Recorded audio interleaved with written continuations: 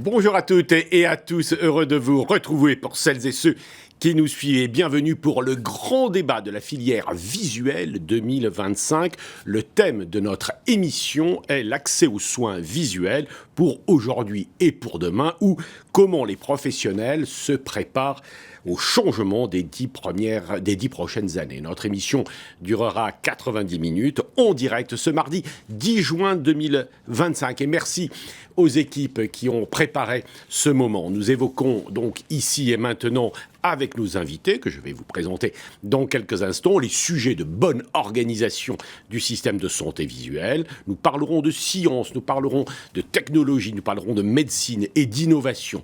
Nous parlerons de pathologies émergentes qui menacent, de soins nécessaires aux patients et puis de prévention utile. Et puis aussi de politique de santé, d'engagement des professionnels pour réussir les évolutions souhaitables de formation et d'attractivité de la filière visuelle. Et nous verrons que ces projets qui se mettent en place et les collaborations nécessaires ne sont pas toujours faciles à mettre en place entre les acteurs de la filière. Trois tons principaux dans ce grand débat. Une première rencontre avec des acteurs, des entreprises du secteur. Nous dialoguerons ensuite avec le professeur Kodjikian des HCL, des Hospices Civils de Lyon, qui sera en direct avec nous. Et puis nous aurons enfin un temps privilégié avec les professionnels du secteur, les professionnels ophtalmologistes, orthoptistes et opticiens. Voilà, c'est parti. Ouvrons le débat avec vous. 4 représentants d'entreprises du secteur de la vision pendant 30 minutes. Bonjour Prune-Mar. Bonjour. Heureux de vous retrouver. Vous êtes la directrice générale de Essilor France et vous êtes par ailleurs la présidente du GIFO. Vous nous direz ce que c'est ce groupement des industriels et fabricants de l'optique. Quels sont ses objectifs? Stanislas Gage, à ma gauche, bonjour. Bonjour. Très heureux de vous rencontrer. Vous êtes le nouveau président, peut-on dire, de Point Vision. Vincent Perrin, vous êtes le directeur général France et Benelux de Johnson & Johnson Vision. Et bonjour Olivier Padieu, vous êtes le président de la coopérative Optique 2000. Olivier Padieu, un mot sur un triste événement qui a frappé votre réseau avant de commencer? Oui, ce soir c'est Benoît Jobert qui devait être là, donc notre directeur général, qui malheureusement est décédé il y a une quinzaine de jours. Quelqu'un qui était arrivé dans la filière il y a 4 ans, qui s'y est beaucoup impliqué, je crois qu'il a beaucoup apporté et on regrette beaucoup. Voilà, nous lui dédions cette émission, si vous le voulez bien. Merci. En début de conversation, nous allons essayer de comprendre quels sont vos objectifs, les objectifs de responsables d'entreprise de ce secteur, puisque nous avons l'ambition pour aujourd'hui et pour demain de réfléchir au futur. En quelques mots, que chacun, peut-être un premier tour de table pour essayer de voir la synthèse de ce qui est structurant dans votre activité.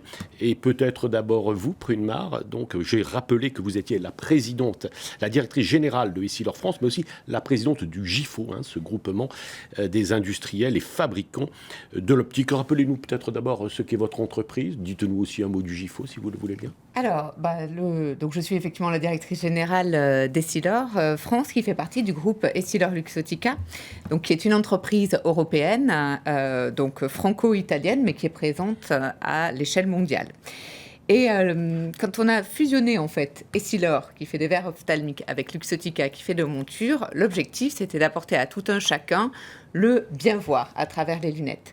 Et aujourd'hui, notre groupe a cru pour avoir une dimension beaucoup plus medtech et imaginer les lunettes du futur et faire en sorte que l'on embarque dans les lunettes des véritables compagnons de vie. Et ça se passe grâce à toutes les innovations. Je pense que nous reviendrons sur le sujet. Et notre objectif, c'est vraiment de répondre aux besoins des consommateurs, mais aussi les anticiper parce qu'ils vivent dans une société de plus en plus connectée. Et puis, effectivement, les lunettes, c'est quelque chose qui permet d'avoir les mains complètement vides et donc d'interagir avec tout un chacun. Alors, Essilor-Luxottica, nous sommes présents via Essilor, l'optique ophtalmique en France depuis plus de 170 ans. Et ça, c'est quelque chose qui nous tient extrêmement à cœur. C'est une entreprise qui a une histoire. C'est une entreprise qui a une histoire et c'est une entreprise qui s'est développée aussi avec la filière visuelle. Et je tiens à préciser ici qu'on a beaucoup de chance d'être en France parce qu'on a une excellence de notre filière de santé visuelle qui est vraiment exceptionnelle.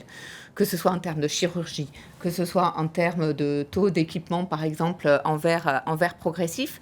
Et ça, c'est vraiment lié au fait que toute la filière, que ce soit les 3 os, c'est-à-dire les ophtalmologistes, les orthoptistes, les opticiens, les industriels aussi et les complémentaires santé, sont réunis pour en faire cette filière d'exception autour de la clé de voûte que sont les ophtalmologistes et qui permettent une prise en charge en fait médicalisée.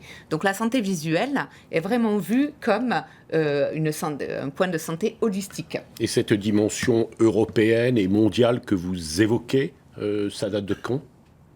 Alors, on a fusionné donc, en 2018 entre Essilor et Luxottica, mais le groupe, chacun des 2 groupes était déjà présent depuis très longtemps au niveau mondial. Après, l'ancrage en France, je vous le disais, est très important pour nous. On a notre siège à Paris, on est coté à Paris. On a ici le plus grand centre de recherche en optique ophtalmique privée au monde, à Créteil. On a également un ancrage industriel extrêmement important. On a investi notamment dans un laboratoire de prescription donc pour faire les verres, parce que les verres sont faits sur mesure à Vissou, donc un investissement de plus de 70 millions d'euros, qui a d'ailleurs été inauguré par le président de la République. Voilà, il y a un mois. Et notre objectif, c'est de ramener la production au plus près en fait, du consommateur. Aujourd'hui, on a 2200 références qui sont labellisées Origine France Garantie. Les questions que nous allons traiter de prévention, d'accès aux soins, ce sont des sujets qui vous occupent, qui vous intéressent ? Alors, c'est des sujets qui nous occupent, nous, en tant qu'entreprise, mais également en tant que filière. Et c'est quand je vous disais qu'on est une filière d'excellence, c'est-à-dire que tous les gens autour de la table ici sont vraiment coordonnés pour faire en sorte de porter des messages de prévention et de sensibilisation, puisque c'est ça, en fait, la première marche pour l'accès aux soins, c'est que les gens soient bien informés. Et on est une filière qui est quand même autoportée totalement. C'est-à-dire que les initiatives pour sensibiliser les parents, par exemple sur la santé visuelle de leurs enfants ou un EHPAD, etc., est portée vraiment par les différents acteurs de la filière et pas par les pouvoirs publics, typiquement. C'est ce que vous dites, autoporté, expliquez-vous ? Exactement. Autoporté, c'est-à-dire qu'on va prendre ensemble des initiatives pour sensibiliser typiquement sur la myopie, en fait la prévalence de la myopie chez les jeunes enfants et la myopie évolutive qui à terme peut mener à des pathologies graves à l'âge adulte qui peuvent mener jusqu'à la cécité. Typiquement, c'est parce que l'ensemble de la filière se mobilise autour de cela que l'on va pouvoir sensibiliser les parents. Oui, vous voulez dire que vous prenez avec la communauté professionnelle des initiatives vous-même, c'est ça ? Exactement. Le GIFO, un mot ? Alors, le GIFO, effectivement, c'est le regroupement dans lequel nous sommes tous les deux et qui représente l'ensemble des fabricants de l'optique ophtalmique en France. Donc, effectivement, monture, donc il y a les lunetiers, il y a les fabricants de verres optiques, il y a la contactologie, il y a l'instrumentation également.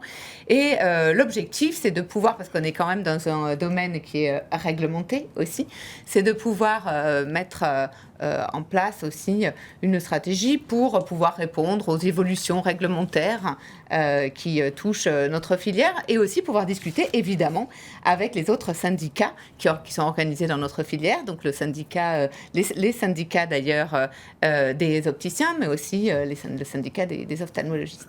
Très bien. Merci de la transition. Vincent Perrin, alors donc j'ai dit que vous étiez le directeur général de Johnson & Johnson Vision. Alors, dites-nous également en quelques mots pour que nous comprenions bien ce que les uns et les autres font, quels sont vos centres d'activité principaux ? Absolument. Donc, peut-être pour repositionner Johnson & Johnson, donc c'est le plus grand groupe mondial de l'industrie pharmaceutique. Donc, pour donner un chiffre clé, c'est plus de 100 000 collaborateurs dans le monde. Juste pour donner un peu de cadre, les 2 tiers du revenu sont assurés par la partie pharmaceutique. Et un Qui est tiers bien connu. qui est bien connu, oui, absolument, plus connu sous le nom de Janssen. D'ailleurs, on n'en discutait que le nom de Johnson & Johnson, même s'il y a une volonté de Johnson & Johnson de repositionner ses activités sous la marque ombrelle de Johnson & Johnson, qui doit s'appeler désormais Johnson & Johnson Innovative Medicine pour la partie pharma. Et donc, le tiers restant est apporté par la partie MedTech. Et donc, dans la partie MedTech, dont fait partie la filière visuelle et les enjeux qu'on a sur la santé visuelle. Donc, si on veut repositionner les choses, nous concernant, l'ambition, c'est vraiment d'accompagner les patients à chaque étape de leur vie. C'est vraiment l'ambition qu'on s'est donnée. Et on pense aujourd'hui qu'on a un portefeuille de produits et d'innovations qui permet de faire vivre cette ambition.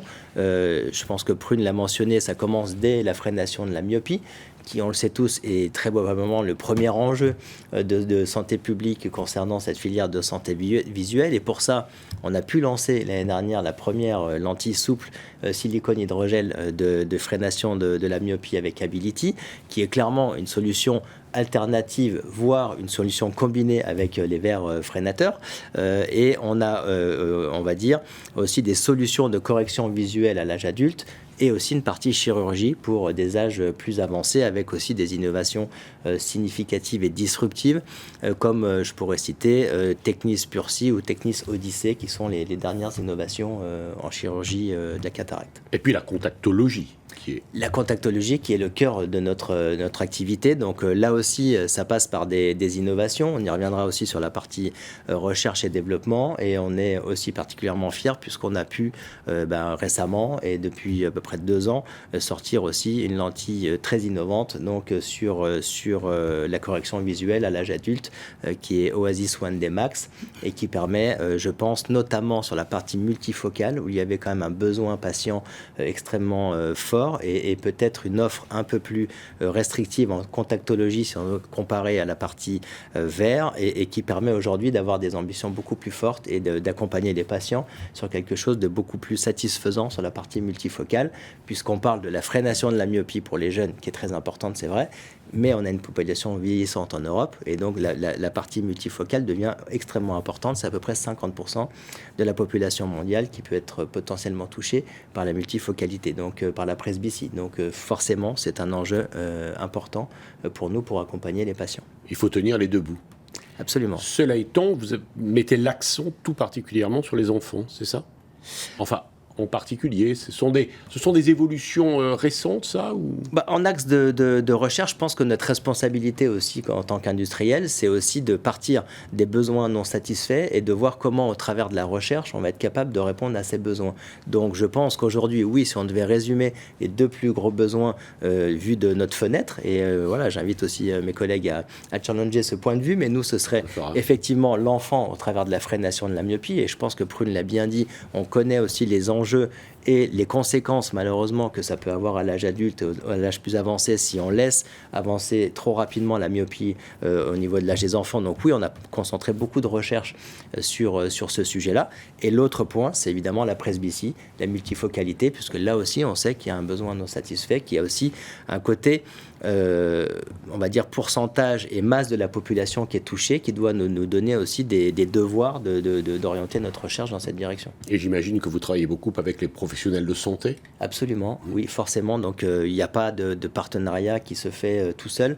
La recherche, je crois qu'on y reviendra un peu plus tard, mais c'est vrai qu'aujourd'hui, c'est au travers de la pluridisciplinarité, c'est très difficile à prononcer. Je m'étais entraîné, mais finalement, j'ai quand même pas réussi. Mais c'est sûr qu'aujourd'hui, ça se passe comme ça. Donc aujourd'hui, c'est forcément avec de la recherche fondamentale, de la recherche privée, mais aussi de la data science, de l'IA. On va y revenir si vous voulez. Voilà, qu'on arrive à manager effectivement ces sujets-là. Oui.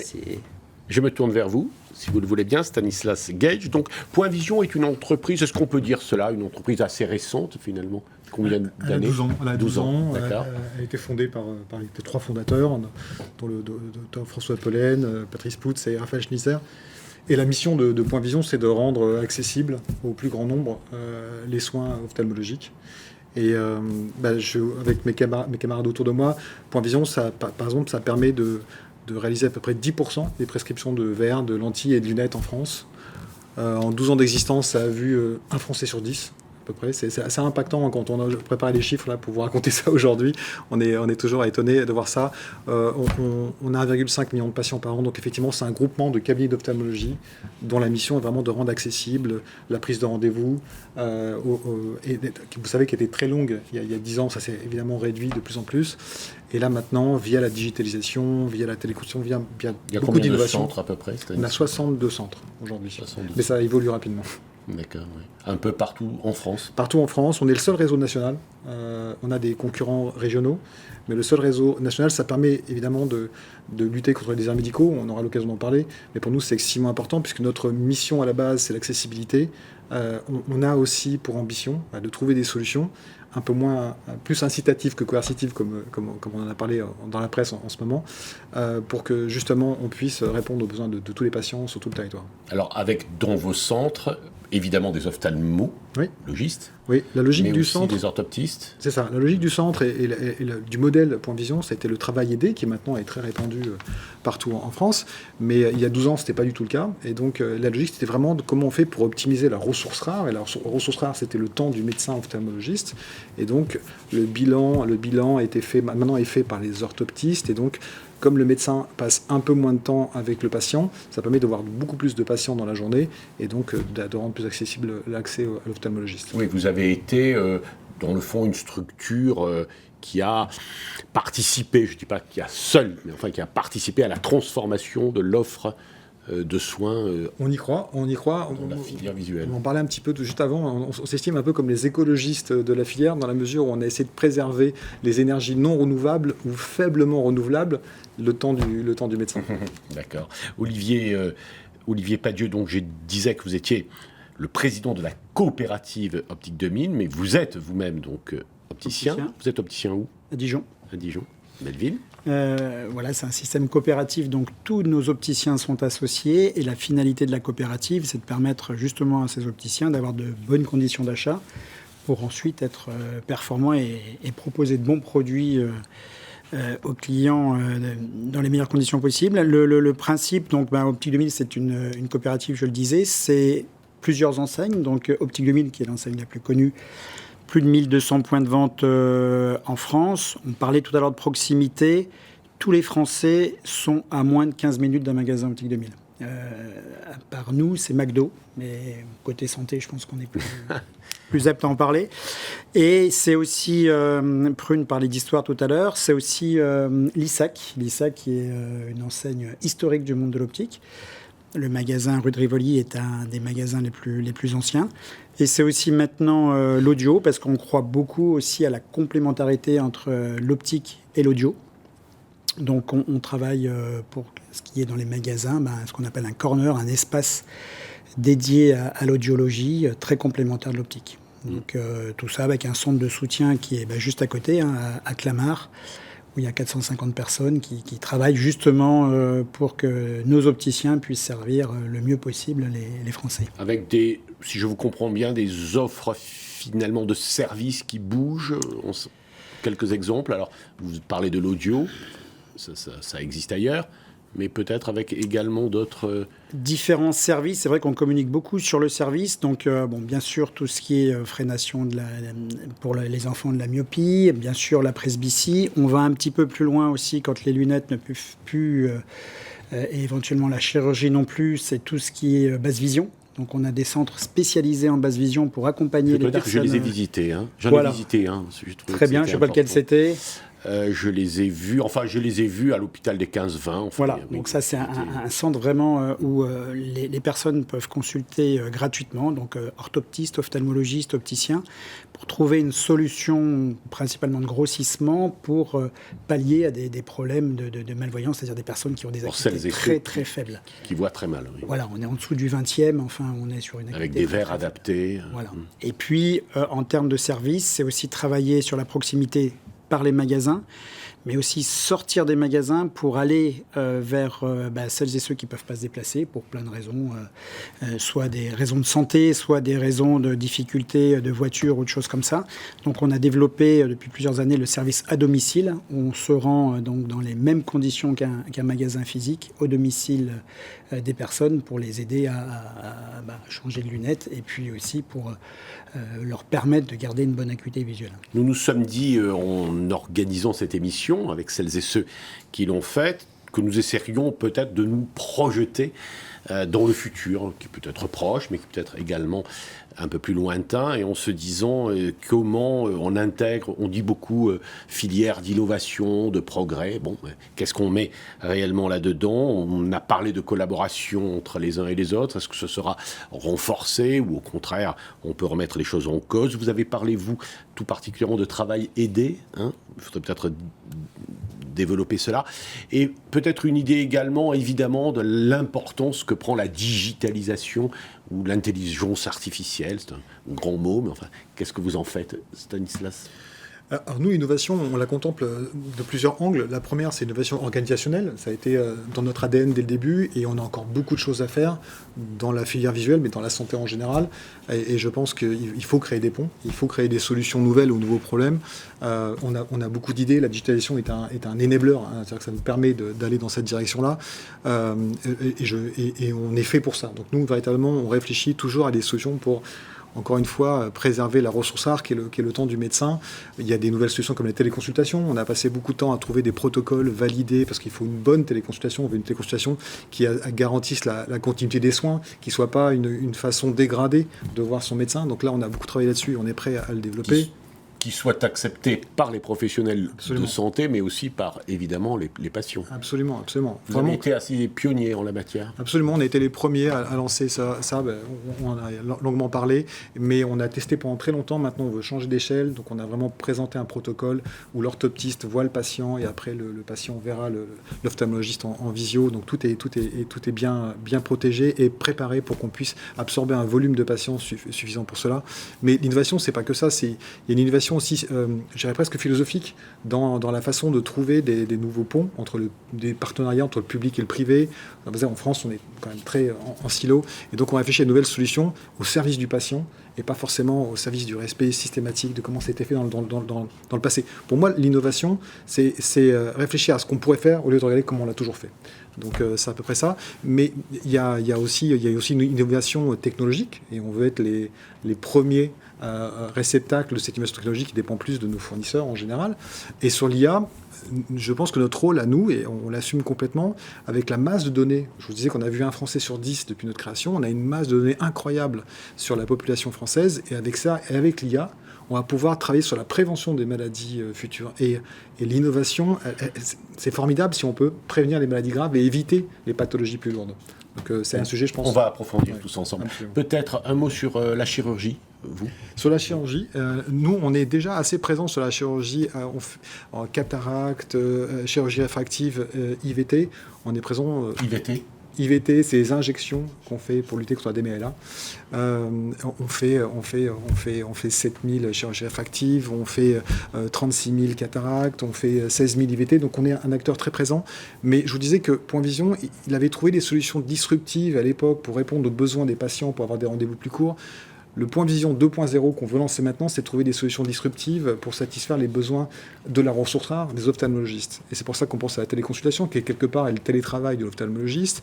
Et maintenant, on voudrait pousser la chirurgie à avoir une espèce d'intégration verticale pour offrir des plateaux de qualité à nos médecins pour recevoir directement les patients. Donc c'est notre développement aujourd'hui sur la chirurgie pour vraiment avoir nos plateaux intégrés. Recherche, développement, innovation, on reverra ça dans le temps 2, mais pour vous, acteurs privés, notamment de recherche, et en particulier de recherche fondamentale, j'imagine, et clinique. Ce que dit Stanislas me parle. Je pourrais faire le parallèle en disant que la ressource rare, c'est l'ophtalmologiste pour Stanislas. Pour nous, ce sont nos collaborateurs, puisque forcément, c'est la première ressource qu'on met sur la table. Et peut-être pour donner un autre angle et un autre éclairage, moi, ce qui m'a frappé ces dernières années, ou je dirais cette dernière décennie, c'est comment on a réussi à s'auto-disrupter dans l'approche de la recherche et développement. Là où on avait une approche privée assez cloisonnée, on est quand même de plus en plus public-privé. même si on pourrait faire mieux. Je rejoins Stanislas, mais j'ai presque envie de dire aujourd'hui qu'on pourrait dire public, privé, data science. Je pense que ces dernières années, on a recruté plus de data scientists que finalement de personnes dans la recherche fondamentale. Donc avec tout le respect que j'ai pour la recherche fondamentale, mais on voit vraiment comment finalement l'IA et la data est venue autodisrupter la façon même dont on fait de la recherche. Donc je crois que Prune aura des exemples concrets à donner déjà sur la partie lunettes. Je ne vais pas faire de survente, je n'ai pas d'exemples précis qui vont arriver sur le marché demain avec Johnson & Johnson, mais je peux vous dire qu'aujourd'hui, un laboratoire qui travaille seul dans son coin, sans data, sans IA, ça n'existe plus. Et pour vous donner un ordre de grandeur chez Johnson & Johnson, la recherche et développement, ça représente 15% de nos revenus annuels. Et pour donner un ordre de grandeur, quand vous avez un industriel qui investit déjà 1, 2, 3% dans la recherche et développement, c'est énorme. Nous, aujourd'hui, on est à 15%. C'est pour ça que, oui, c'est une ressource qui est rare, qu'il faut optimiser. Et je pense que la data science, l'IA, c'est vraiment une façon aussi d'accélérer et d'aller plus loin dans cette recherche et développement. Cette recherche se fait où? En Europe, en France, aux États-Unis? C'est clairement mondial. Donc là, aujourd'hui, c'est vrai que c'est mondial. Et j'ai envie de vous dire, c'est d'autant plus mondial que c'est même complètement matriciel. Donc ça peut être des chercheurs français qui vont travailler avec des chercheurs en Asie, qui vont travailler avec des chercheurs aux États-Unis. Il n'y a même plus une équipe locale. C'est vraiment complètement intégré, mondialisé. Une transformation. Prune, peut-être? Prune Mar? Alors, je rejoins tout à fait Vincent. Le nerf de la guerre, effectivement, c'est de pouvoir apporter des innovations sur le marché.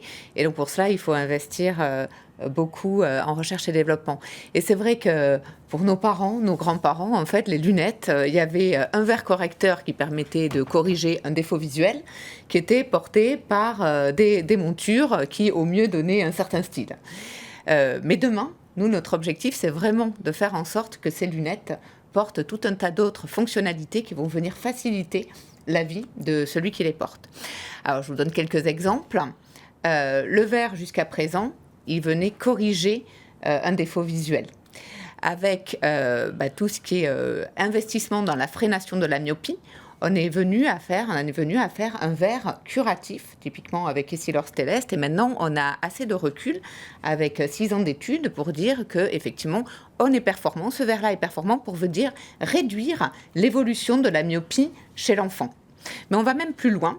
Là, on a commencé il y a quelques mois, on est dans un consortium qui s'appelle Premium, dans le cadre du plan France 2030, qui a, donc c'est vraiment un investissement de recherche de plusieurs dizaines de millions d'euros, qui a pour objectif de se dire comment demain on va lutter contre l'épidémie de myopie, comment on va faire des solutions individualisées.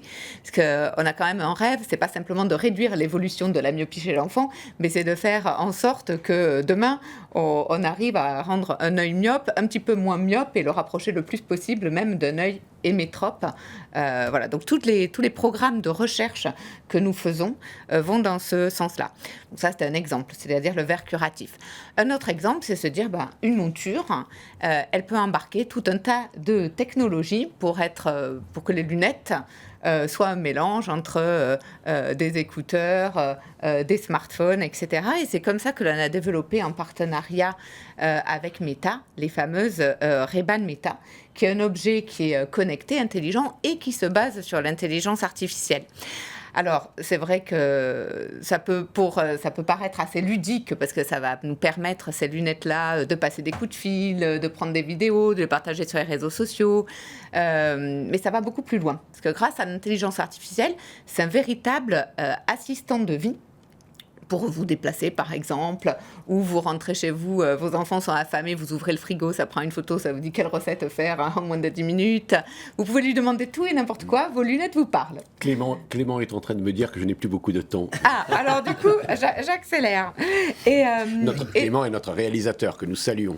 Et donc, ça permet, enfin, on peut imaginer aussi tout un tas de nouvelles applications, même pour les personnes malvoyantes, qui seront aidées, assistées comme ça au quotidien par l'intelligence artificielle contenue dans ces Ray-Ban Meta. Un autre exemple que l'on vient de lancer sur le marché français, ce sont les lunettes qui apportent également un confort auditif, qui s'appelle Nuance Audio. Et donc là, par exemple, je vous parle, si vous portez des nuances audio, le son de ma voix va être amplifié. Et tout le brouhaha autour va être Vous réduit. avez un très joli accent. Voilà, tout à fait, qui vient du sud, Toulouse. Si. Je l'ai bien reconnu. Voilà, donc ça, c'est un autre exemple. Et puis un autre exemple de la recherche, c'est qui va venir alimenter tout ce qui est instrumentation, donc à destination des ophtalmologistes, des opticiens. Parce qu'on dit que souvent que l'œil est le miroir de l'âme, mais c'est aussi beaucoup plus que ça. C'est le seul endroit où on peut voir à l'intérieur des maladies. Donc on peut même imaginer que derrière, avec l'IA, on va faire de la médecine prédictive. Et puis, je voulais juste rajouter un point qui était important, parce que notre groupe s'étend beaucoup, et aussi par acquisition. Et donc, le groupe Essilor-Luxottica a annoncé, il y a une semaine environ, le projet d'acquisition d'une chaîne de cliniques ophtalmologiques qui s'appelle Optegra. Et donc, je voulais juste prendre la parole quelques secondes sur le sujet, parce que je ne voudrais pas... Ça ne vous avait pas échappé, Prune-Mar. Voilà, parce que je ne voudrais pas effectivement qu'il y ait des raccourcis qui soient faits de manière hâtive. Donc, ce rachat ne concerne que des pays où la clé de voûte n'est pas l'ophtalmologiste de la réfraction. Donc la réfraction est faite par des optométristes, et en revanche, Optegra sont des cliniques qui vont faire de la chirurgie, de la cataracte ou des soins type glaucome, des MLA, etc. Donc c'est extrêmement différent de la prise en charge médicalisée qui fait l'excellence de notre filière ici en France autour de l'ophtalmologiste. Voilà, donc je voulais juste rassurer nos auditeurs sur ce sujet-là. Ce sera peut-être un sujet de conversation pour la deuxième table ronde, on verra bien. Olivier Padiot, on va presque terminer, mais vous-même, dans votre métier, chez Optique 2000, quelles sont les pistes d'innovation, de changement sur le moyen et long terme, puisqu'on s'est fixé 10 ans enfin, alors très rapidement, déjà, c'est de bien mettre en œuvre les produits technologiques, c'est-à-dire qu'un verre Stellest mal centré, donc ça veut dire de la bonne formation, le proposer à la bonne personne. Pareil, j'entendais tout à l'heure la téléconsultation, dans une quarantaine de magasins, on propose de la téléconsultation, systématiquement dans des zones en désert médical, c'est-à-dire moins de 7 ophtalmologistes pour 100 000 habitants. Donc c'est déjà de mettre en avant ces évolutions technologiques proposées par les industriels. Et puis c'est aussi des évolutions pour nous. Par exemple, un dossier qui nous tient à cœur, c'est la réfraction dans les EHPAD. C'est-à-dire qu'aujourd'hui, quand on se déplace dans les EHPAD, pour des personnes qui sont souvent en fin de vie, on n'a pas la possibilité de faire évoluer sa correction. Et ça, on se bat. Il y a un test qui est fait par rapport à ça, pour que l'opticien puisse... souvent, il n'y a pas d'ordonnance, puisque forcément, la personne ne se déplace plus, donc n'a plus accès aux soins, pour qu'on puisse, avec l'accord d'un médecin et d'un ophtalmologiste, faire évoluer cette correction pour que la personne puisse regarder une télé, puisse regarder des photos. Voilà, ça c'est notre objectif. Là, vous êtes appelé par qui? Par les établissements, par les familles? Par la famille, et souvent par les aidants, ou par les membres de l'établissement qui s'aperçoivent que la personne entend mal, voit mal et s'isole, parce que c'est vrai qu'une personne qui voit mal et qui entend mal s'isole, et ça accélère le manque de volonté de se battre pour continuer à vivre. Donc c'est très important. Le temps passons, peut-être un dernier mot pour terminer notre première rencontre, notre première conversation, peut-être sur la formation, qui est toujours importante. On voit qu'il y a des évolutions techniques, technologiques importantes. Comment on forme vos équipes, ou vous-même également, comment on adapte les uns et les autres à ces évolutions? Est-ce que c'est simple? Est-ce que c'est naturel? Est-ce que c'est complexe? C'est clairement un enjeu aussi des industriels, puisque forcément, s'il n'y a plus de complexité, notre rôle, c'est aussi de se dire comment on est capable d'accompagner cette complexité aussi jusqu'aux professionnels de santé et jusqu'aux patients, pour que ça devienne quelque chose de bénéfique pour tout le monde. Donc clairement, nous, on met la formation Johnson & Johnson au cœur de notre activité. Et j'ai envie de dire que cet enjeu, il est double. Il est à la fois sur la formation initiale et sur la formation continue. Donc on essaye d'être présent aussi dans les CHU. Je pense aussi aux écoles d'orthoptistes. On a donné des nouvelles responsabilités aux orthoptistes, et comment on est capable d'accompagner aussi cette nouvelle responsabilité dès la formation initiale. Mais on sait très bien que ça ne suffit pas, parce que les choses, elles évoluent très vite, comme on vient chacune et chacun de le mentionner. Donc c'est comment on va être capable dans le temps d'accompagner cette formation continue. Je vais donner juste un exemple. au premier étage, on a un institut où on peut accompagner les professionnels de santé, c'est-à-dire les ophtalmologistes, les orthoptistes, aussi bien sur la partie contactologie que partie chirurgie. Et je peux vous dire que les retours sont dithyrambiques, puisque ça permet aux personnes de pouvoir se former ou d'aller plus loin. J'avais évoqué la multifocalité, je pense que c'est un excellent exemple sur lequel on peut aller plus loin dans la formation. Et l'intérêt, c'est qu'on a fait un institut qui est connecté pour faire le lien avec l'IA. Donc on peut faire aussi des formations à distance de très bonne qualité, tout en restant sur quelque chose de pratique. Voilà, et pour être totalement transparent et pour que les uns et les autres comprennent bien, nous sommes ici sur le plateau télé de Johnson & Johnson. Absolument. Nous sommes au 3e étage, je crois, et au premier étage, il y a votre centre de formation. C'est parfait, hein, c'est très bien. Merci. Avec une super équipe technique de réalisation. Alors, peut-être Prune, le dernier mot là. Nous terminons peut-être sur la formation ou tout autre sujet. Oui, non, aussi sur la formation, un message important, c'est-à-dire que la formation, elle doit être l'action de tous. Parce qu'un patient qui voit bien, c'est parce qu'il y a eu une bonne réfraction, c'est parce qu'il y a eu un verre avec un bon design, c'est parce qu'il y a eu un super opticien derrière qui a fait le bon centrage, le bon montage, qui a pris les paramètres individualisés du porteur pour qu'il voit bien. Donc c'est vraiment une responsabilité collective et de filière entre effectivement les ophtalmologistes, les orthoptistes, les opticiens et les industriels de santé que nous sommes, de faire en sorte de bien former tout le monde dans la filière, et également de sensibiliser les consommateurs à une bonne santé visuelle. Olivier, un dernier mot. Très rapidement, nous, l'évolution sur une formation en 3 ans, parce qu'aujourd'hui c'est une formation en 2 ans, et être professionnel de santé en 2 ans, c'est trop court. Donc on plaide pour une 3e année beaucoup plus orientée santé, qui doit être mise en application. Alors on en parle depuis longtemps, mais maintenant il faut que je pense que nous en reparlerons avec nos invités de la 2e table ronde. Je voudrais juste élargir le débat sur la formation. La formation, c'est évident que c'est excessivement important. À grand pouvoir, grande responsabilité, on doit former absolument.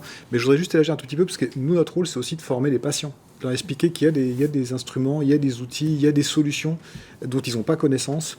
Il y a des opérations qu'ils ne connaissent pas non plus. Donc on a en plus, nous, cette dimension-là, en plus des collaborateurs, des médecins, on a aussi une formation vis-à-vis des patients qui est absolument essentielle, parce que c'est la première des choses. Déjà, pour soigner, savoir qu'il y a des solutions. C'est bien. Vous savez que les bons intervenants, c'est ceux qui savent faire les transitions, comme les journalistes. Donc c'est ce que nous allons voir avec le professeur Kodjikian, qui va être dans quelques instants avec nous. Je crois que nous pouvons terminer cette première table ronde en vous remerciant et retenir une seule chose: l'œil est le miroir de l'âme, comme l'a dit Prunemar. J'espère simplement que ce n'est pas un miroir déformant à l'heure de l'intelligence artificielle. Vous nous l'assurez. Notre âme restera bien droite. Exactement. Merci. Merci à vous 4.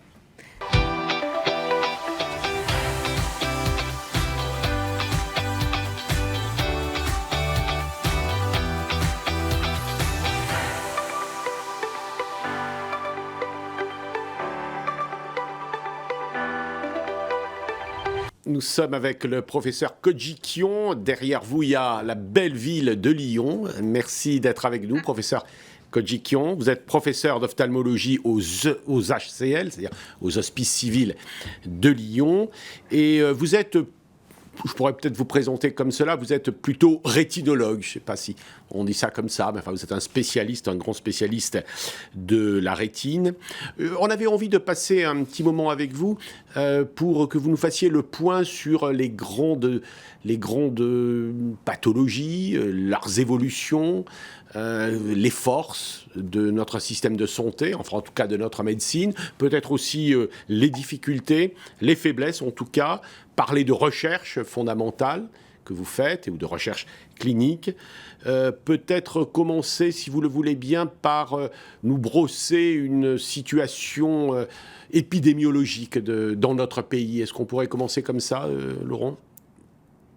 Tout d'abord, bonsoir Pascal, merci pour cette invitation. Moi, je suis très heureux d'être avec vous aussi pour la 2e fois. Et c'est vrai que ce débat que vous animez sur la filière visuelle est vraiment attendu et apporte beaucoup, je trouve, avec une vision vraiment globale de différents partenaires. Et il est important parce que ce sont nos disciplines innovent, on l'a compris juste par la table ronde d'avant, à un rythme qui est extraordinaire. Je ne pensais pas en m'impliquer en ophtalmologie à 30 ans que ça pourrait aller aussi vite. Et je crois qu'aujourd'hui, on a une des spécialités médicales, l'ophtalmologie, qui est une des plus dynamiques, portée par des avancées technologiques constantes, par une recherche foisonnante.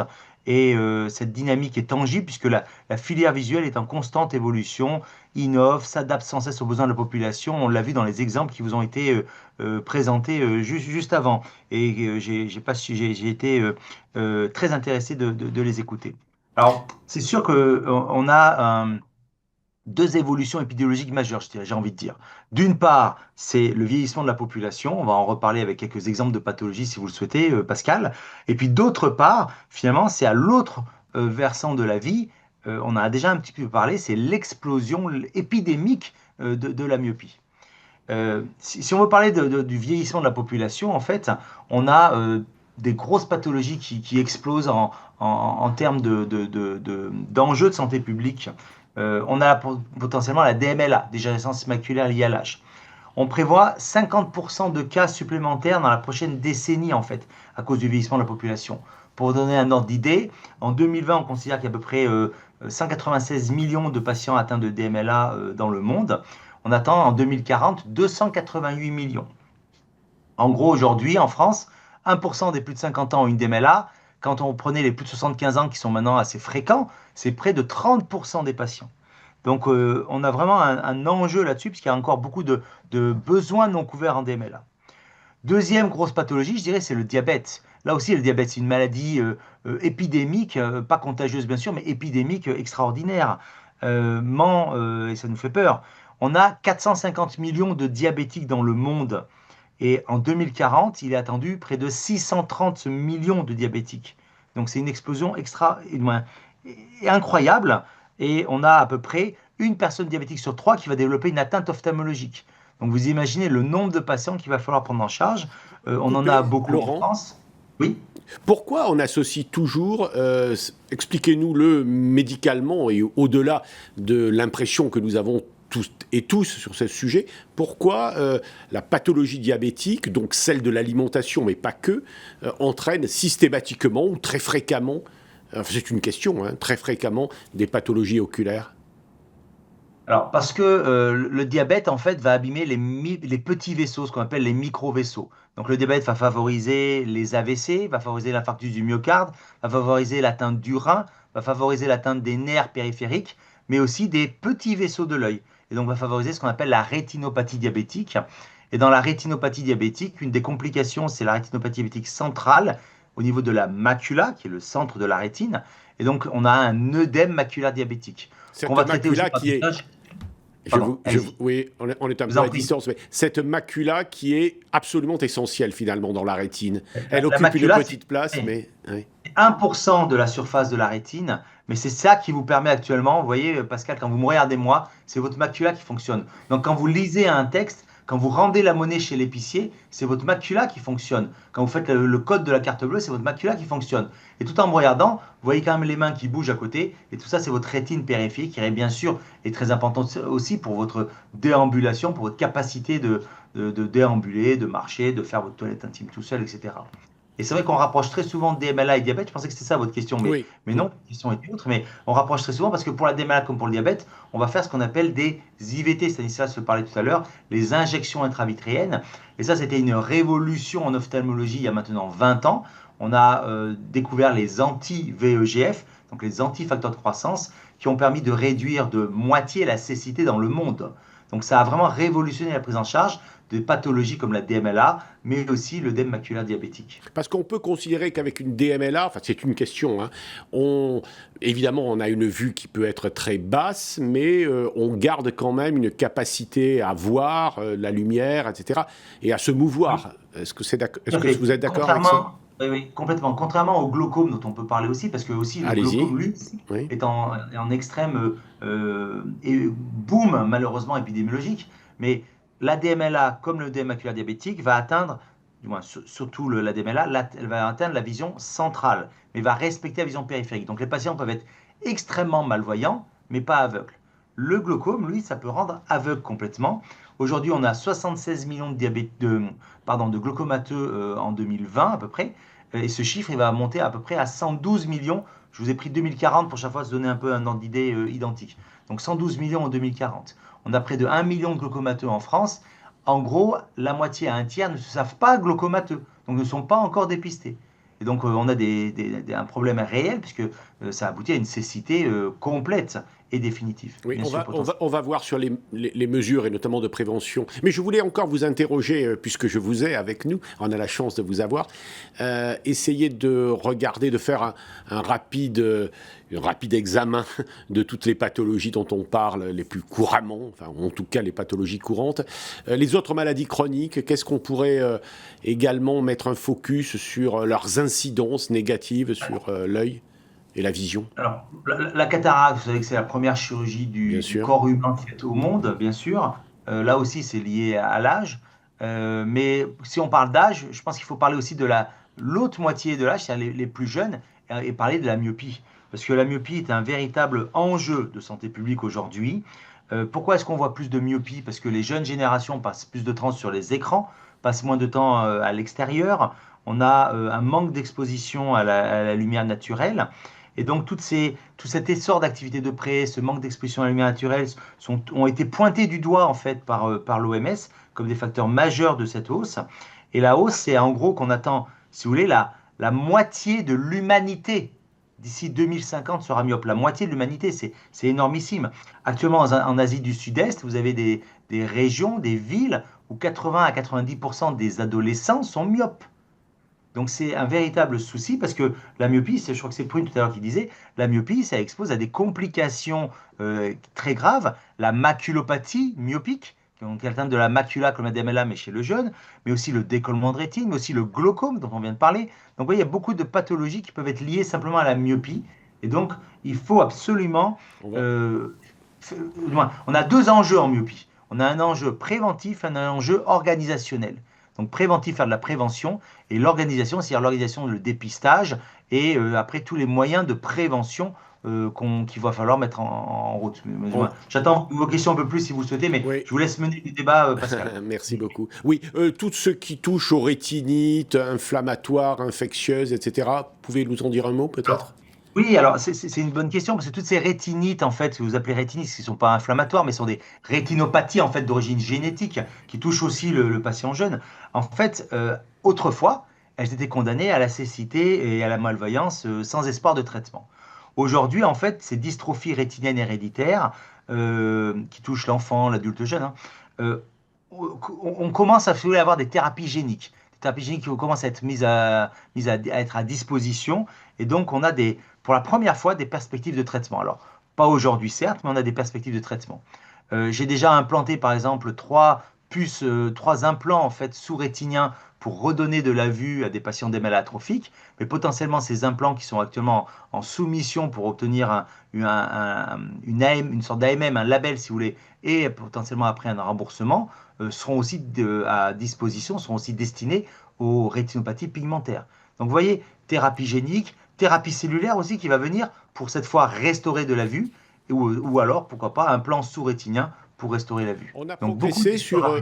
oui, pardon, Laurent. On a progressé sur ces rétinites pigmentaires, notamment donc des pathologies évidemment liées à l'hérédité, donc j'imagine à la génétique et donc à la génomique, etc. Est-ce que l'on y voit plus clair et est-ce qu'il y a des progrès en la matière? On progresse. Ce qui est très important de comprendre, c'est que ça n'existe pas la rétinopathie pigmentaire. Ce sont les rétinopathies pigmentaires. Oui, parce que c'est un syndrome, la rétinopathie pigmentaire. Et sous ce syndrome, il y a plein de pathologies différentes.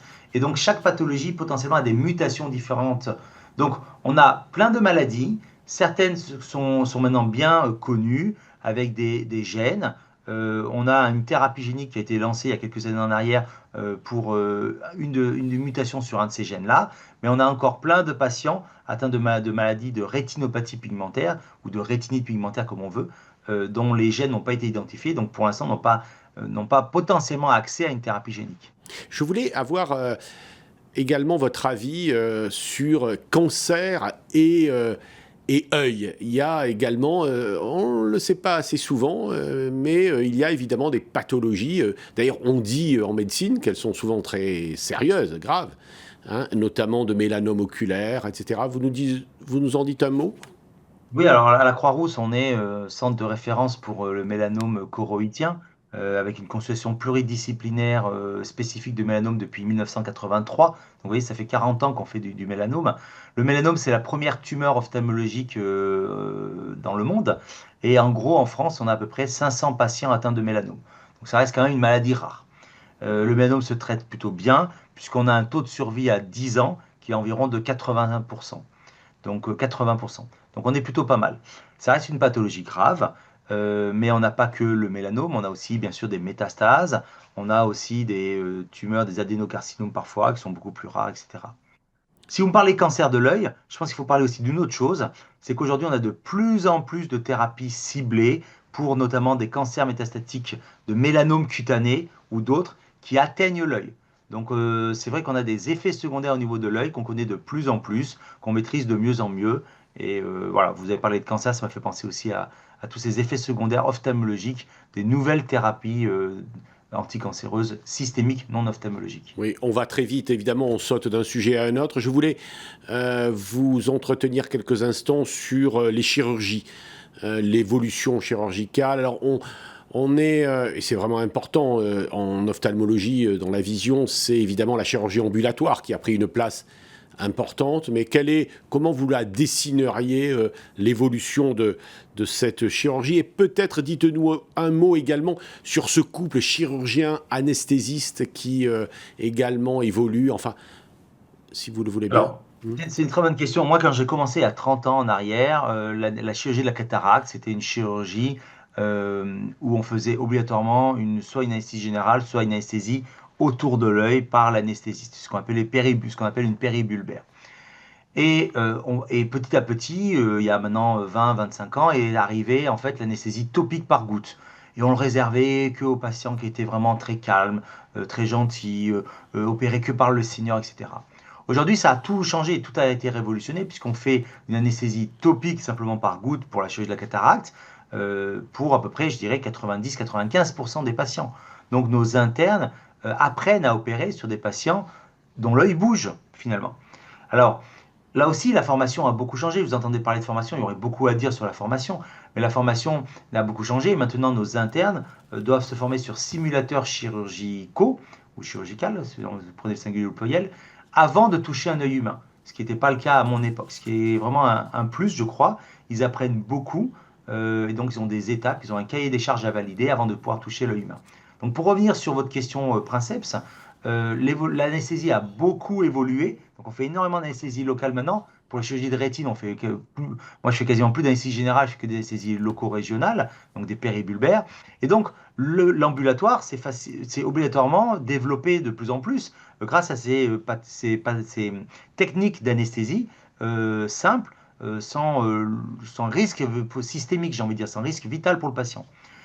On a quand même toujours besoin de l'anesthésiste. Et c'est vrai que ce couple est un couple important, un couple qui doit se respecter, comme tout couple. Et donc, quand tout se passe dans le respect commun, tout se passe très très bien, même si on a moins besoin qu'avant de l'anesthésiste dans la salle d'opération, j'ai envie de dire, on a quand même besoin de lui potentiellement, il faut le garder. Laurent, peut-être une des dernières questions, si vous le voulez bien, de cet entretien important, c'est l'imagerie, c'est-à-dire le diagnostic. Aujourd'hui, c'est la tomographie qui domine, je crois, avec l'OCT. Dites-nous-en un petit mot, évidemment, avec plusieurs formes d'OCT, angiographiie, etc. Alors, voilà, aujourd'hui, le diagnostic, notamment en rétine, se base sur l'imagerie, ce qu'on appelle multimodale. C'est-à-dire qu'on va faire de l'OCT, mais à côté, on va regarder la photographie du couleur, du fond d'œil. On va regarder l'OCT angiographie. On peut rajouter de l'angiographie en plus. On peut rajouter de l'échographie. Et c'est un faisceau d'arguments qui va vraiment nous aider à poser un diagnostic précis. Donc l'imagerie multimodale est vraiment devenue incontournable aujourd'hui. Et qui dit imagerie, dit IA. Parce que c'est tellement facile de donner une image, d'apprendre à une machine à interpréter les signes importants, et après la machine elle-même, c'est ce qu'on appelle le deep learning, la machine arrive à progresser. Donc on fait de l'IA bien sûr pour dépister la rétinopathie diabétique, mais on fera de l'IA aussi pour prévenir, pour dépister les populations à risque, il faudra plus surveiller, moins surveiller, notamment par exemple pour la myopie. On fait de l'IA dans l'uveit, on développe ça pour avoir des critères diagnostiques qui vont nous orienter plutôt vers telle ou telle étiologie d'uvéite. Donc, oui, imagerie multimodale, c'est une excellente question, Pascal, bravo, ça montre votre connaissance de notre spécialité, mais aussi intelligence artificielle, et les deux sont vraiment liés. Peut-être dernière question, j'ai envie de rester avec vous encore un peu, mais bon, là, dernière, la prévention. Alors moi, j'ai été frappé par le fait, on l'a un tout petit peu évoqué, c'est que toutes ces pathologies de la vision sont très liées à l'alimentation. Franchement, a priori, on ne s'en doutait pas. Bon, il y a le diabète, soit, mais en réalité... on constate, quand on lit effectivement un peu de littérature là-dessus, qu'il y a des évolutions incroyables liées à... Alors la prévention, c'est deux parties pour moi, la prévention. La prévention, c'est en effet ce qu'on peut faire à titre individuel. Et puis après, la collaboration. Et vous voyez, je vous ferai, je pense, si vous êtes d'accord, votre transition pour la deuxième table ronde. Merci. La prévention, c'est ne pas fumer, c'est manger des antioxydants, manger des oméga 3, c'est le bon gras, et puis manger des pigments maculaires, parce que les pigments maculaires ne sont apportés que par l'alimentation. Ils ne sont pas sécrétés par le corps humain. Donc il faut manger ce qu'on appelle la lutéine et la zéaxanthine, manger des œufs, le jaune de l'œuf, manger des choux, du brocoli, etc. Donc ça, c'est vraiment... Et puis faire du sport. C'est vraiment la prévention de base. Et puis, j'ai envie de dire, la prévention, en fait, c'est... Notre filière visuelle, c'est pour réaliser les 3 O, c'est vraiment important. Et en fait, on a une responsabilité des différents acteurs de la filière visuelle par rapport à ces défis de prévention. Et tous les acteurs devraient agir de concert. Vous avez les ophtalmologistes, bien sûr. Les ophtalmologistes ont un rôle important dans les innovations et continuent à se former, faire de la recherche clinique. On en a un tout petit peu parlé, bien sûr. Mais il faut aussi qu'ils organisent leur cabinet de manière plus efficiente pour pouvoir répondre à cette demande croissante de la population qui vieillit de plus en plus, donc qui est importante. Et donc pour cela, il va falloir collaborer avec les deuxièmes O, c'est-à-dire les orthoptistes, qui sont aujourd'hui des partenaires vraiment indispensables. Alors, les orthoptistes, on sait que ils sont là pour faire des bilans visuels, des examens préalables, assurer la rééducation, mais ils peuvent nous aider dans le dépistage de masse. Ils nous aident aujourd'hui dans l'organisation des cabinets pour aider l'ophtalmologie. Cette coopération, vraiment, j'ai envie de pointer le doigt dessus, parce que cette collaboration ophtalmo-orthoptiste permet de démultiplier notre capacité de voir des patients, et donc en fait d'arriver à en voir beaucoup tout en conservant un haut niveau de qualité des soins. Et puis le troisième mot, c'est l'opticien. Vous savez, aujourd'hui, vous ne l'avez pas dit tout à l'heure, mais en gros, on est 6000 ophtalmos, un peu plus, presque 6000 orthoptistes ou un peu plus, et il y a 48 000 opticiens, donc il y a 8 fois plus d'opticiens. Donc ces opticiens ne sont pas simplement des vendeurs de lunettes, c'est véritablement des professionnels de santé visuelle de proximité, parce qu'ils sont 8 fois plus nombreux, et donc très souvent c'est l'opticien qui est le premier interlocuteur du patient en fait. Et donc l'opticien, il a une responsabilité énorme d'orienter le patient, de participer à l'éducation visuelle sur les conseils d'hygiène dont on vient de dire, les conseils d'équipement de basse vision, etc. Et puis l'opticien, il faut qu'il s'adapte aussi à toutes les nouvelles technologies. Et peut-être qu'un jour, on verra l'IA qui viendra, des dépistages de masse faits par une photographie faite dans le cabinet d'un opticien ou à l'école, interprétée par l'IA pour arriver à dépister, à sélectionner les patients qu'il faut envoyer ou pas envoyer.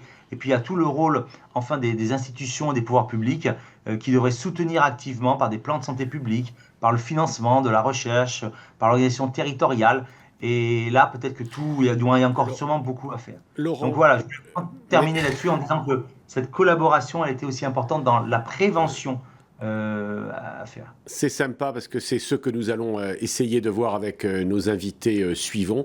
Merci beaucoup. Vous nous avez vraiment montré l'importance. Franchement, là, le moment est important. Vous nous avez montré que la recherche, la science était essentielle pour que les sociétés évoluent correctement, le bien-être évidemment des uns et des autres, des citoyens. Vous savez, dans un moment où peut-être, d'ailleurs, pas si loin que cela de nous, c'est-à-dire de l'autre côté peut-être d'un océan, il y a des doutes et où la science elle-même est attaquée.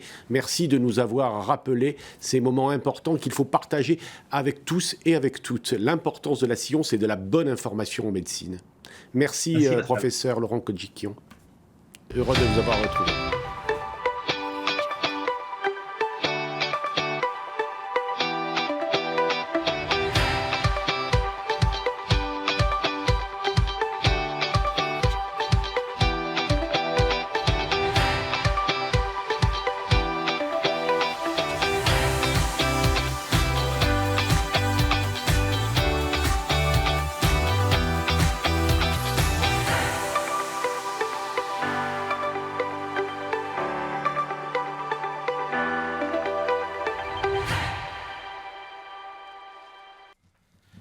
Voilà, nous poursuivons notre conversation avec plaisir avec nos invités que je vais vous présenter dans quelques instants pour cette deuxième table ronde. Nous connaissons effectivement, comme nous avons déjà commencé à le dire, une évolution importante, des changements dans l'organisation du secteur de la santé et notamment ce qui est nouveau de formalisation des rapports entre les professionnels de santé que vous êtes. L'optique a d'ailleurs, de ce point de vue-là, si on veut bien regarder les choses avec un certain recul, a souvent été pionnière au travers de ces schémas de coopération. Donc il y a des transformations médicales qui s'opèrent, qui font évoluer la médecine et la santé. Le système de soins est également mis sous tension par des réformes structurantes en termes de formation initiale et continue, en termes d'accès aux soins, en termes de mesures économiques. Il y a eu des mesures prises par les gouvernements, je dirais, des mesures gouvernementales et parlementaires qui tentent de répondre à la fois aux attentes des professionnels, mais également des citoyens, et aux inquiétudes d'ailleurs des citoyens. Donc, quelles sont les réponses des professionnels sur ces sujets? J'ai beaucoup de plaisir de retrouver Mélanie Ordinès. Vous êtes la présidente du SNAO, c'est-à-dire du syndicat des orthoptistes. Exactement. Vincent Dédès, bonjour. Vous êtes le président du SNOF, donc le président du syndicat des ophtalmologistes. Jean-François Porte, vous êtes le président du ROF, le Rassemblement des opticiens de France.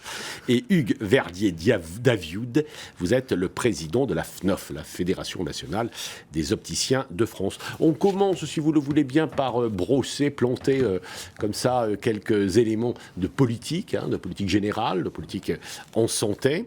Peut-être avec vous d'ailleurs, Vincent Dédès, on va commencer par vous, si vous le voulez bien. Un mot sur la question de la démographie médicale. Est-ce qu'elle s'améliore vraiment ? Je disais au début que probablement la prise de conscience par les pouvoirs publics et par les citoyens du manque d'ophtalmologistes a été déterminante dans l'ambiance générale. C'est-à-dire que les délais étaient trop longs, on n'arrivait pas à avoir son ophtalmo, enfin, etc., plusieurs semaines, voire peut-être plusieurs mois. Je pense que ça a été un sujet central. Enfin, vous allez me dire ce que vous en pensez. Est-ce que quelques années après les premières mesures qui ont été prises, est-ce que c'est toujours aussi mauvais ou est-ce que ça s'améliore ? Vincent Dédès. Je ne pense pas que ce soit les politiques qui ont amélioré l'état des choses. En fait, ce n'est pas les mesures. En fait, c'est finalement la coopération et le travail entre les orthoptistes, les opticiens et les ophtalmos. Finalement, c'est le développement du travail aidé et la coopération au sein et en dehors des cabinets. Malheureusement, souvent, les politiques réagissent plus avec une échéance très très courte avec leur élection à moyen terme. Le débat qu'on a pu voir actuellement avec la loi Garot, qui était effectivement d'imposer effectivement aux médecins de s'installer, c'est une loi quand si un jour elle arrive à être opérationnelle, ce que je doute énormément, de toute façon on arrivera déjà à contre-courant. Aujourd'hui, la démographie, elle s'inverse. C'est sorti aujourd'hui, le Conseil national de l'ordre a donné, on va avoir une augmentation de plus 1,7 à plus 2% pour les médecins, toutes spécialités confondues, et encore plus sur les spécialistes. Et en ophtalmologie, aujourd'hui, on va avoir un solde positif de 50 à peu près ophtalmologistes dès cette année. Donc ça va bouger quand même assez vite, pour une raison très simple, c'est qu'on va avoir un effondrement du nombre de départs en retraite, puisque c'était les gens qui étaient nombreux. La génération qui est passée au moment d'un numerus clausus extrêmement dur, qui partira en retraite dans plutôt 10-15 ans. Donc on va avoir un effondrement du nombre de départs en retraite, et en face, on a eu une grosse augmentation du numerus clausus, maintenant le numerus apertus. Vous le sentez déjà, oui, cette augmentation du numerus apertus ? Le Conseil de l'ordre vient d'annoncer effectivement plus de 2% de médecins effectivement, qui vont arriver là chaque année en fait. Je reviens sur la loi Garot pour celles et ceux qui nous regardent et qui auraient moins suivi, parce que ce n'est pas une loi qui touchait directement les ophtalmos. Tous les médecins. Enfin, tous les médecins. Oui, alors là, c'était effectivement à la clé, il y avait incitation ou coercition, disons, sur l'installation. Mais vous dites, aujourd'hui, la situation de l'ophtalmologie, des ophtalmologistes, et donc du service rendu, évidemment, aux citoyens, c'est moins prégnant, moins angoissant, moins inquiétant que ce que c'était ? Alors je donnerai juste un seul chiffre, c'est moins 70% délai médian en cette année. Par exemple, chez vous, là, vous êtes à Lille. À Lille. On attend combien de temps pour alors ça dépend avec qui, mais sur un ophtalmologiste hors centre de santé, parce qu'on les sort un peu du package parce que c'est compliqué.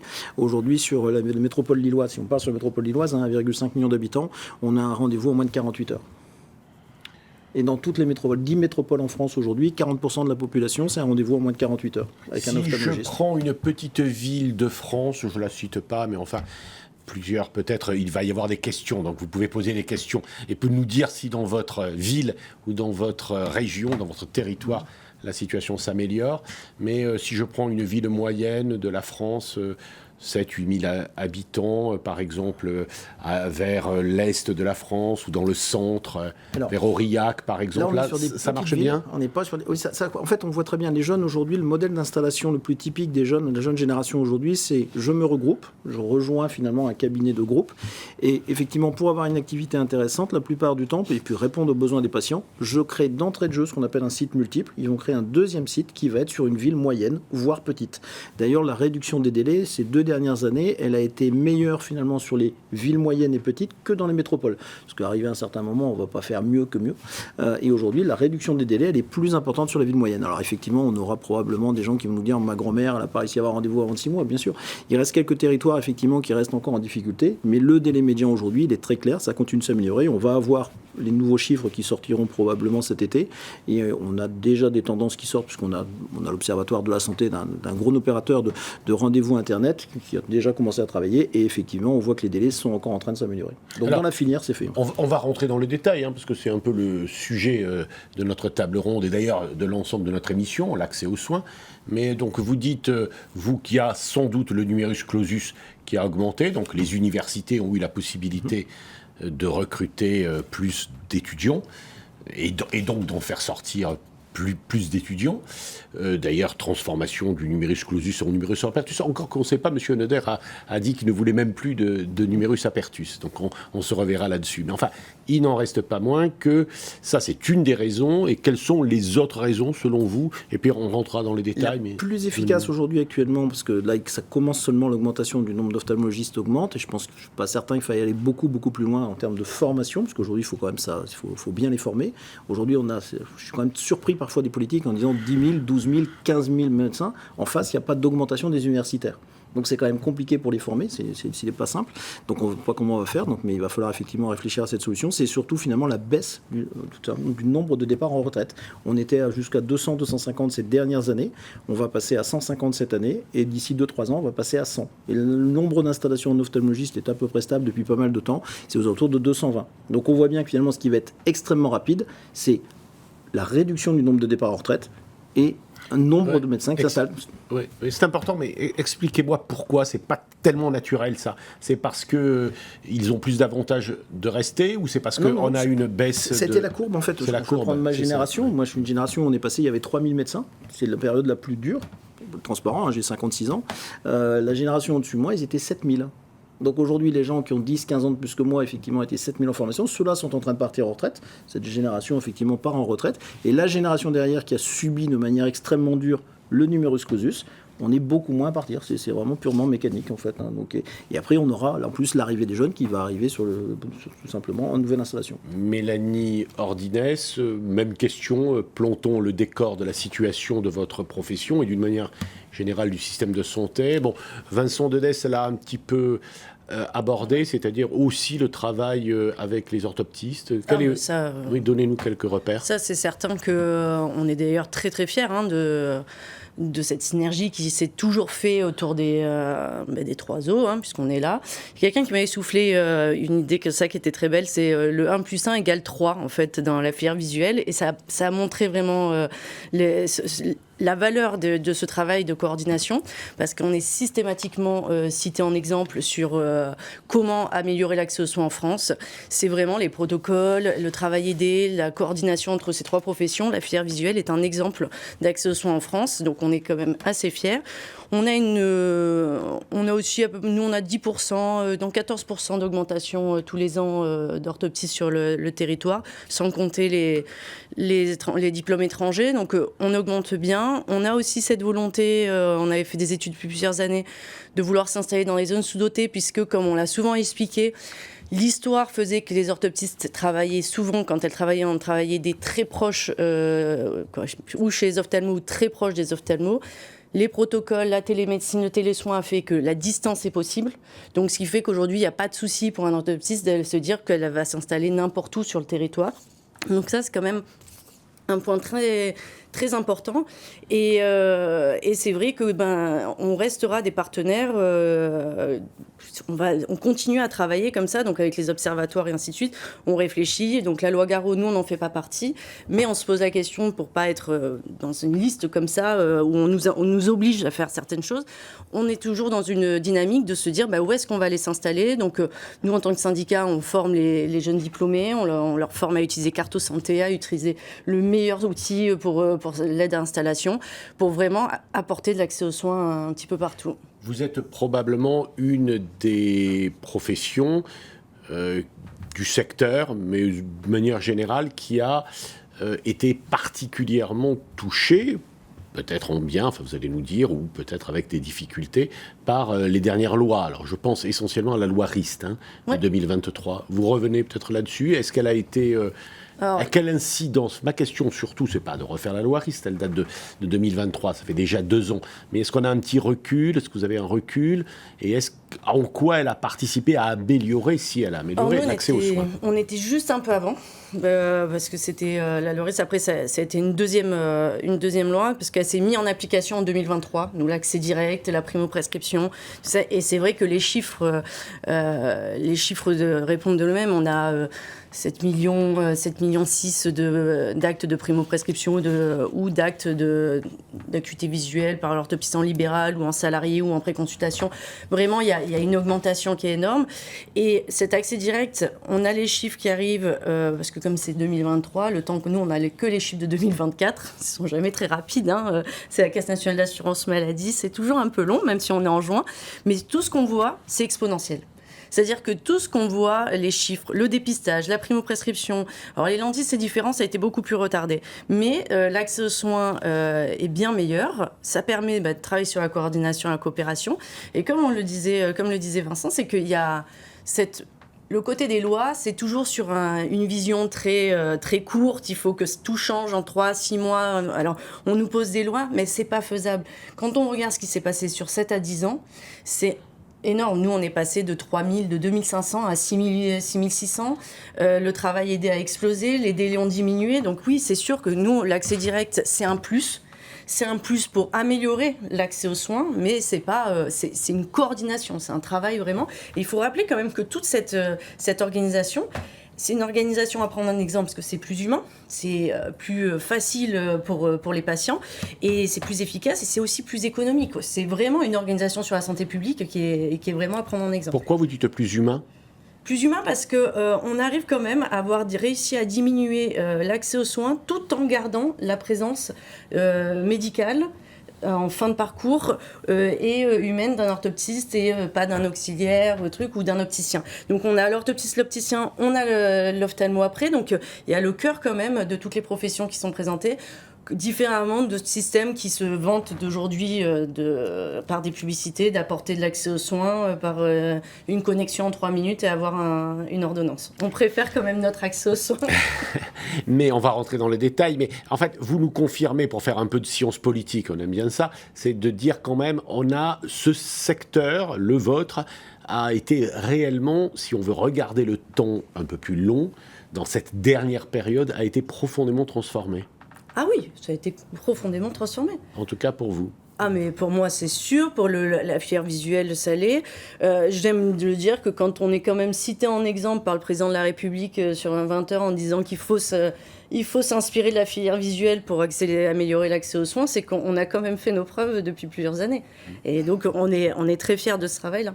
Pour engager notre conversation, Jean-François Porte, pour commencer, et chez les opticiens, qu'est-ce que c'est qui est déterminant de cette période, si on fait un peu de politique? Je pense qu'on est à un moment charnière aujourd'hui, à la fois dans les politiques, la situation actuelle de la France, les problèmes d'argent aussi, sécurité sociale. On a beaucoup de sujets qui arrivent.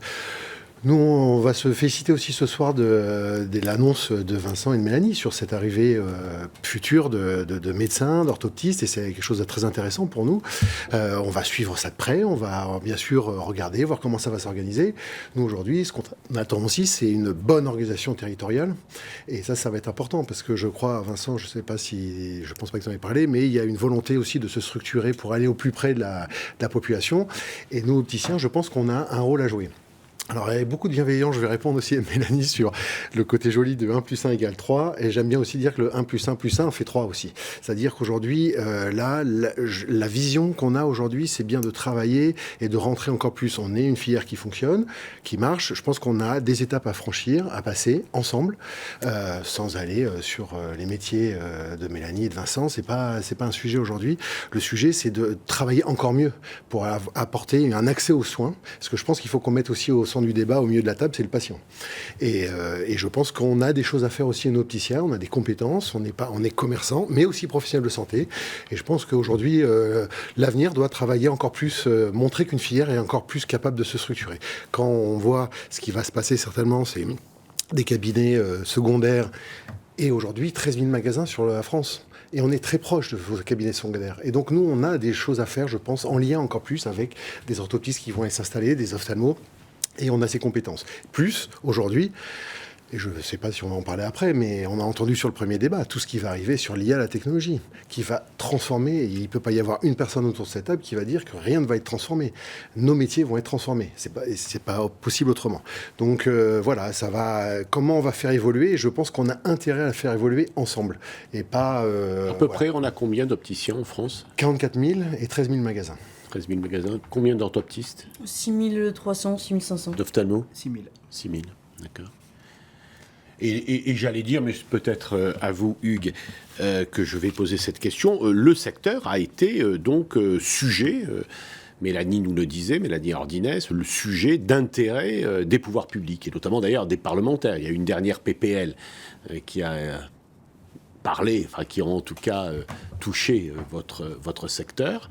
En tout cas, on a vu que les pouvoirs publics s'intéressaient tout particulièrement à la structuration, à la restructuration de votre secteur. C'est intéressant d'ailleurs d'en parler pour en tirer quelques conclusions. Peut-être un premier commentaire général et après on rentrera dans le détail. Alors surtout ce que je viens d'entendre, je trouve ça formidable. Il y a bientôt trop d'ophtalmos, on ne sait pas, on n'est pas très loin. Je pense que si les choses s'organisent, il y a quand même des points d'alerte sur lesquels il faut ne pas se mettre des œillères et qui pourraient intéresser les pouvoirs publics et définir une future charnière. Je lisais dans l'un des derniers rapports de l'adresse, le dernier publié, que les dépenses de soins courants en médecins spécialistes ont augmenté 3 fois plus vite que les dépenses de soins courants. Que les ophtalmos contribuent très largement à l'augmentation de ces soins, sans doute à juste titre, que chez les orthoptistes, les consommations de soins ont augmenté de 3,3 en valeur et 2,2 en volume, c'est-à-dire plus en valeur qu'en volume, et que la répartition des orthoptistes aujourd'hui se fait essentiellement dans des centres de santé. Et donc aujourd'hui, tout ça fait que les chiffres sont beaux, mais pour l'instant, ne répondent pas encore à tout. On a encore des déserts médicaux. On a encore des délais d'attente dans certains coins de France. Et ces populations-là ne valent pas moins que les populations de centre-ville. Il est donc urgent, effectivement, de s'organiser pour que ces populations-là puissent être prises en charge. L'accès... les délégations qui ont été fournies aux orthoptistes, alors tu n'avais pas les chiffres, mais je vais te les donner. En 2023, pour les prescriptions initiales d'équipement par des orthoptistes, c'est 0,13% et 0,21% en 2024. Quant à la Contacto, c'est 0,029 et 0,03. Ça, c'est normal sur la Contacto. Parce que c'est arrivé il y a 3 mois, le dernier arrêté. J'entends. Ce qui n'explique pas d'ailleurs pourquoi ils ont supprimé purement et simplement le bloc compétences Contacto et Basse Vision de la licence professionnelle. Parce que, soi-disant, nous marcherions sur les plates-bandes des ophtalmos et des orthoptistes. Donc c'est ni plus ni moins qu'un scandale. Mais c'est pas comme ça qu'on va mieux accéder, amener à l'accès aux soins. Vous répétez un tout petit peu les deux chiffres, parce qu'il faut qu'on vous suive. 0... Répétez. Alors, sur la prescription initiale pour les orthoptistes, c'est 0,13% en 2023 et 0,21% en 2024, c'est-à-dire pas grand-chose, même si ça a presque doublé, on pourrait dire. Et sur la Contacto, c'est marginal, on va dire. C'est 0,029 et 0,03. C'est les chiffres de la CNAM. Donc, voilà. Oui, enfin, il faut aussi que ça se mette en route, non ? Déjà, ça a doublé, donc c'est exceptionnel. Et puis nous, on est ravis en fait. Nous, oui, j'entends bien. Mais non, mais c'est pas pour ça. C'est parce qu'en fait, c'est vraiment important de se dire que cette loi n'a pas été faite pour que plus de patients sortent avec des lunettes. C'est que plus de patients rentrent dans l'accès aux soins. Notre réglementation aujourd'hui, notre loi, notre accès direct est médicalement encadré. Là, moi, mes chiffres, c'est pas cela, parce que moi, mes chiffres, c'est le nombre d'actes qui ont été faits. Je suis un petit peu gêné par l'idée qu'on rentre chez quelqu'un pour faire un examen de vue pour avoir des lunettes, parce que derrière sous-jacent, il y a une espèce de connotation qui ne me plaît pas. C'est juste que les chiffres là, c'est la prescription. Ouais. Mais moi, mes chiffres, c'est l'entrée du patient, c'est l'acte qui a été écouté, et c'est pas cela.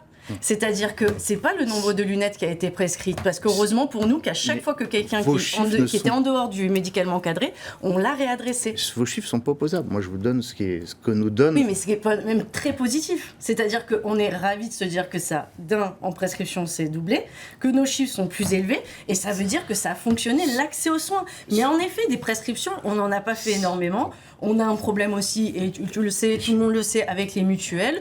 On le sait, ça ne rembourse pas correctement, mais nous, on est ravis de se dire que les patients viennent chez nous et rentrent dans la filière visuelle. Ce que je veux dire, c'est que au-delà des orthoptistes, et effectivement, je pense qu'on pourrait, rentrer dans les cœurs d'université pour aider à former, pourquoi pas en réfraction les ophtalmos et en mathématiques les orthoptistes. 1 + 1 = 3, oui c'est vrai, mais je suis assez de l'avis de Jean-François sur le 1 + 1 = 3. On a un peu tendance à nous oublier, et je l'entendais sur le débat précédent, où sur la contactologie par exemple, on a oublié qu'on pouvait aussi faire de la contacto. Mais on était aussi formés. Pourquoi le 1 + 1, vous n'êtes pas dedans ? C'est toi qui nous a éclaté tout à l'heure. Pas du tout, j'ai dit que 1 + 1 = 3, mais c'est pourquoi c'est pas opticien. Mais pourquoi ce serait pas opticien et orthoptiste ?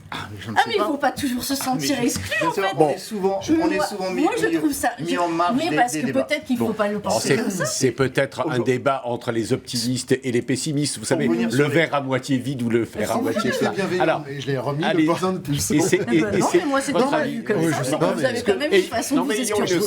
Pour revenir sur la question initiale, c'est que je pense que les pouvoirs publics aujourd'hui vont s'inquiéter si on doit faire des économies sur la sécurité sociale, puisqu'il va falloir trouver des sous. Ils vont probablement s'inquiéter des coûts qui sont donnés par l'adresse chez les ophtalmos, chez les orthoptistes. Et pourquoi les opticiens n'auraient pas un rôle à jouer sur justement une part d'économie à faire. Et donc c'est tout le débat qu'on doit avoir entre nous aujourd'hui pour construire et aller présenter au pouvoir public des sources d'économie potentielles et sans perdre l'intérêt du patient. Et pour rebondir encore sur les pouvoirs publics, je pense que c'est important. Et depuis 1 an où j'ai pris la présidence de syndicat, on a réengagé plus fortement un accès à ces pouvoirs publics, aux députés, aux sénateurs, etc. Et on a aussi une problématique de terrain. Je reviens, Hugues en a parlé. Et ces gens-là ont besoin de trouver des solutions. Et là, l'opticien arrive aussi aujourd'hui. Mais je le redis, nous aujourd'hui, on ne veut pas venir faire du métier de médecin. On ne veut pas faire venir, mais on a un rôle à jouer. Et là, les pouvoirs publics ont un intérêt très fort, puisqu'il y a le patient et on oublie aussi ces populations oubliées. On pourra en parler, je pense que ça va venir dans le débat. Les EHPAD, l'enfant. On peut parler de la myopie, mais moi j'aimerais bien plutôt parler de l'enfant, parce que la myopie est peut-être un sujet problématique, mais l'enfant est aussi un sujet très problématique en France aussi. On a peu d'ophtalmos qui font de l'enfant. Quand on en trouve, c'est très compliqué, puisque du coup, on envoie beaucoup de populations vers quelques ophtalmos qui sont spécialisés. Aujourd'hui, on a besoin aussi de travailler plus sur l'enfant, je pense, avec les orthoptistes et les ophtalmos pour apporter des vraies solutions. On doit avoir un véritable accompagnement sur l'enfant. Et nous, opticiens, on ne peut pas laisser ça à côté et dire on est là que pour vendre des lunettes. Je vais, si vous le voulez bien, on va faire comme ça. On va prendre quelques sujets et puis vous nous donnerez nos sujets détails. Je voulais quand même, puisqu'on avait dit qu'on parlait un peu de politique, il y a eu notamment une PPL, on a parlé de celle de Madame Rist, qui a beaucoup touché plutôt, je crois, les orthoptistes, mais vous, il y a eu celle du député de l'Ain, Romain Daubier. Où est-ce qu'on en est ? Parce qu'il y a une partie qui a été annulée, mais pas la totalité. Dites-nous un peu clairement ce que celles et ceux qui nous regardent, qu'ils soient opticiens ou ophtalmos ou orthoptistes, doivent retenir de ça. Qu'est-ce que ça va donner ?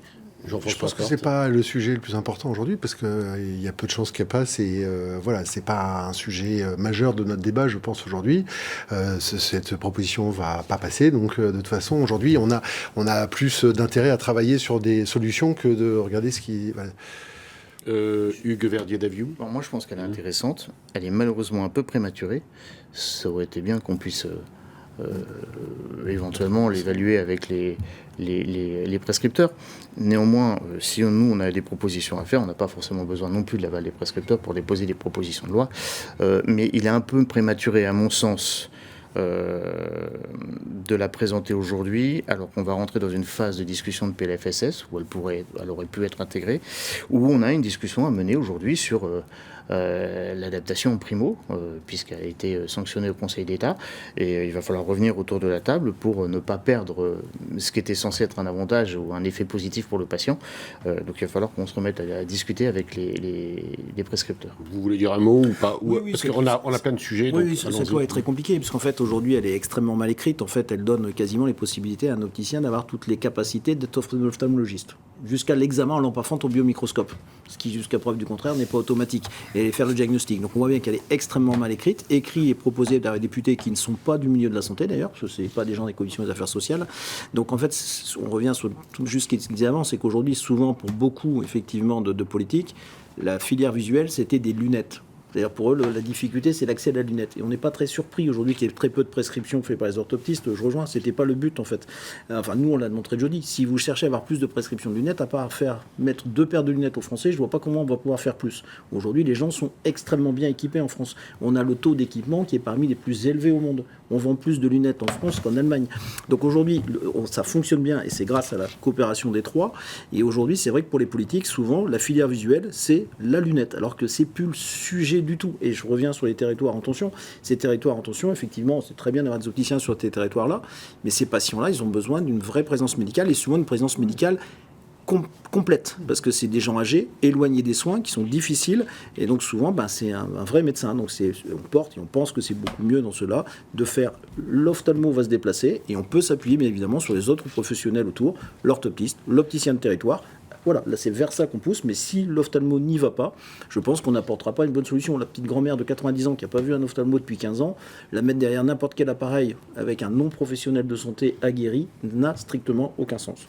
Et je pense que pour répondre, et c'est important à Vincent, là, et c'est vraiment très important, c'est qu'aujourd'hui, effectivement, et si on ne veut pas des dérives dans tous les sens, il va falloir qu'on travaille à un protocole. Il y a eu les orthoptistes qui ont un protocole avec dans cette filière, et aujourd'hui, nous pensons que les opticiens doivent aujourd'hui travailler pour justement construire aussi. On n'est pas pour dire qu'il faut refaire une réingénierie de votre diplôme. Alors, donc aujourd'hui, il faut retravailler très sérieusement dessus, parce qu'aujourd'hui, demander des compétences quand le diplôme n'est pas au niveau, et vous êtes les premiers à reconnaître qu'aujourd'hui, on a quand même un problème de niveau d'opticien formé, donc déjà sur le cœur de métier de l'opticien, donc il faut effectivement réfléchir comment on forme les gens, et à partir de ce moment-là, on va voir, les orthoptistes sont des gens qui sont formés avec nous dans les hôpitaux, qui découvrent la pathologie pendant 3 ans à côté des ophtalmologistes. À un moment, il va falloir, faut pas mettre la charrue avant les bœufs. Alors, c'est pas mettre la charrue avant les bœufs, mais il faut savoir aussi ce qui se passe sur le terrain. Et on a conscience de choses qui arrivent, de choses qui nous dépassent.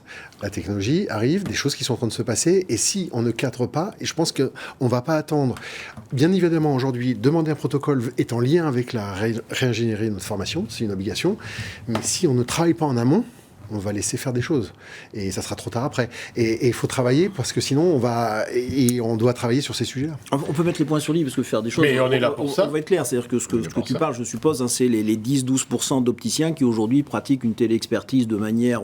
on va dire en étant soft, pratiquement quasiment illégal, en tout cas non conforme, avec tout simplement une ordonnance qui est envoyée par un ophtalmologiste partenaire, qui est souvent soit actionnaire direct ou indirect de ce genre de solution, avec des ophtalmologistes qui génèrent parfois des dizaines de milliers d'ordonnances pour effectivement les opticiens.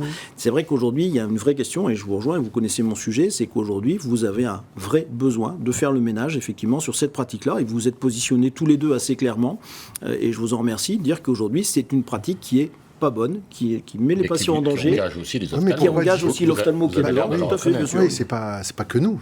Oui, aussi, les ophtalmos, mais en fait, la justice en France, elle est très très longue, et moi j'attends effectivement un positionnement un peu plus clair, effectivement, de l'organisme payeur. C'est tout à fait normal. On peut ronchonner parfois effectivement sur les complémentaires, mais à partir du moment où on paye, c'est normal de vérifier est-ce que l'ordonnance, elle a été obtenue de manière sécuritaire pour le patient ou de manière légale.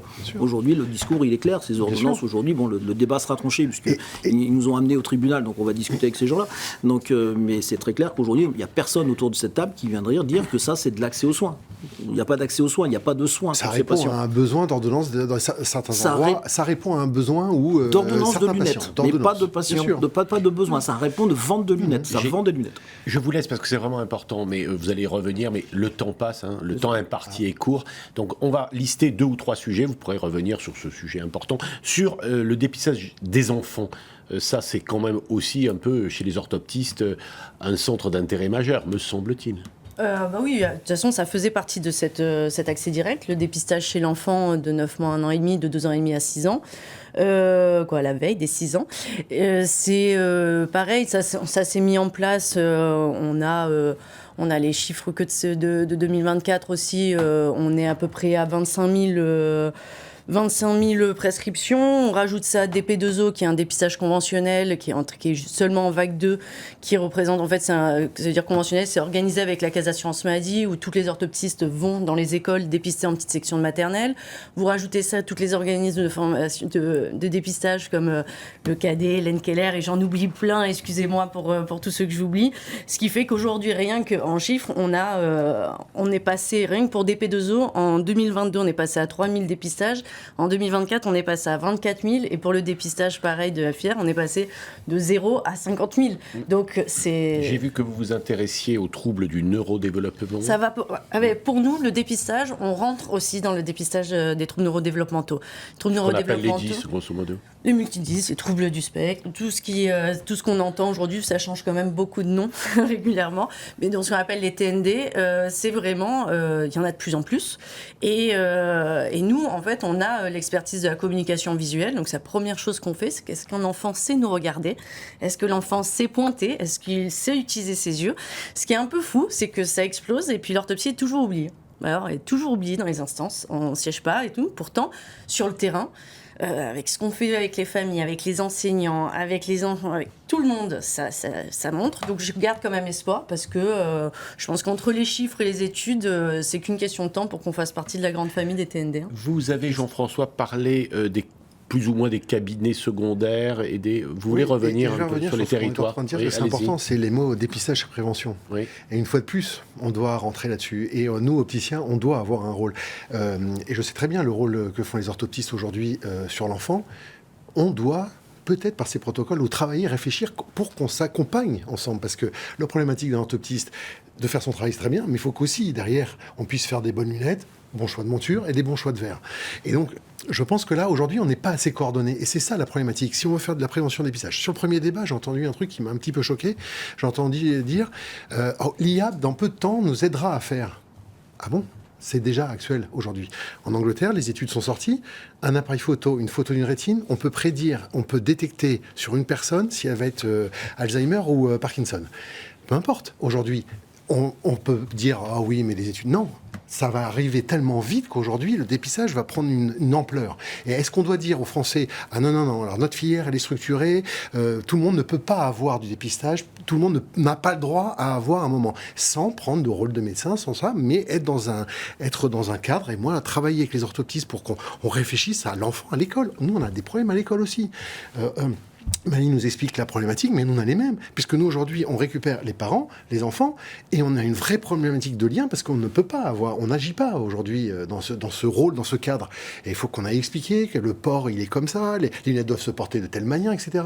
Le choix des verres, c'est important, et je pense qu'on a des vrais rôles et un rôle d'accompagnement. On ne peut plus être côte à côte. Oui. Hugues, vous rajoutez un point là, sur la prévention et territorialisation, non, vous aviez insisté dans votre première intervention. Plus à dire, sinon que effectivement les enfants sont un sujet important. Il n'y a pas que.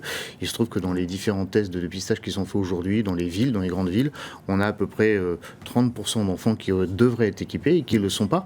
Et je ne parle pas de la frénation de la myopie, je parle de toute la métropie confondue, et qui ne le sont pas. Et ces enfants-là sont à un moment ou à un autre dans une situation de potentiel de perte de chance parce qu'ils ne se plaignent pas. Et puis on a les personnes âgées.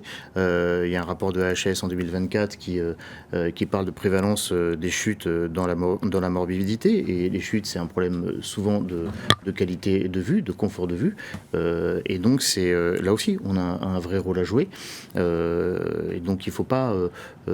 et puis, on a la santé visuelle au travail également. La santé visuelle au travail, c'est des fatigues précoces, c'est des céphalées précoces, c'est des absences répétées, c'est un peu une perte de productivité. Donc, on doit pouvoir se déplacer, mais pas n'importe comment. Aujourd'hui, on maille le territoire, on investit sur le territoire, on fait vivre le territoire, on est présent, on est réactif et on fait vivre le territoire. Donc on ne peut pas laisser l'itinérance comme ça à n'importe qui. Faisons travailler les gens qui font vivre le territoire. Vincent, sur ce sujet, et l'IA également. Alors sur le sujet, je vais répondre sur l'IA, je pense qu'on a déjà beaucoup débattu, donc je pense qu'on s'y va. Par contre, sur l'itinérance, je rejoins pleinement ce que dit effectivement Hugues. Je pense qu'aujourd'hui, les opticiens ont l'avantage d'avoir un maillage intéressant et qu'aujourd'hui, tous les Français, que ce soit dans les EHPAD, dans ce genre de choses, si on demande à l'opticien de se déplacer, de voir son opticien habituel, ils le font. Donc les modèles effectivement de professionnels de l'itinérance, je n'aime pas trop en fait. Je ne suis pas fan de ce genre de choses.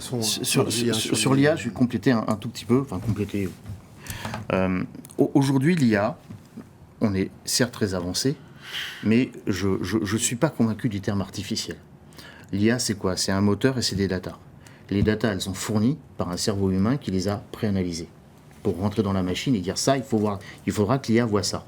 Et le moteur, les algorithmes sont aujourd'hui fabriqués encore par des humains, sauf si on arrive sur l'IA générative, mais par des cerveaux humains, sauf que le moteur, il est évidemment 1 million de fois plus puissant qu'un seul ou que 30 000 cerveaux humains.